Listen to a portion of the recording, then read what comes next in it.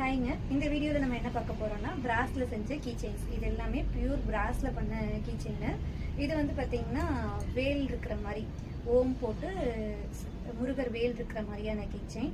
நம்ம வண்டிக்கு வீட்டு சாவிக்கெல்லாம் மாட்டுறதுக்கு ரொம்ப நல்லா இருக்கும். அது இல்லாமல் நம்ம கிட்ட நிறைய மாடல்ஸ் இருக்கு. ஒன்று வந்து எலிஃபென்ட் ஹெட் மட்டும் இருக்கிற மாதிரியானது. இது பிராஸ் தான், ஆனால் வந்து ஒயிட் கலர் இதில் இருக்கும். இதுலயே வந்து பாத்தீங்கன்னா கோல்டு கலர்லயும் ஒயிட் கலரும் சேர்த்த மாதிரியான பிராஸ்ல பண்ணது பிள்ளையார் வச்ச கீ செயின். பின்னாடி இலையில இருக்கிற மாதிரியான இது.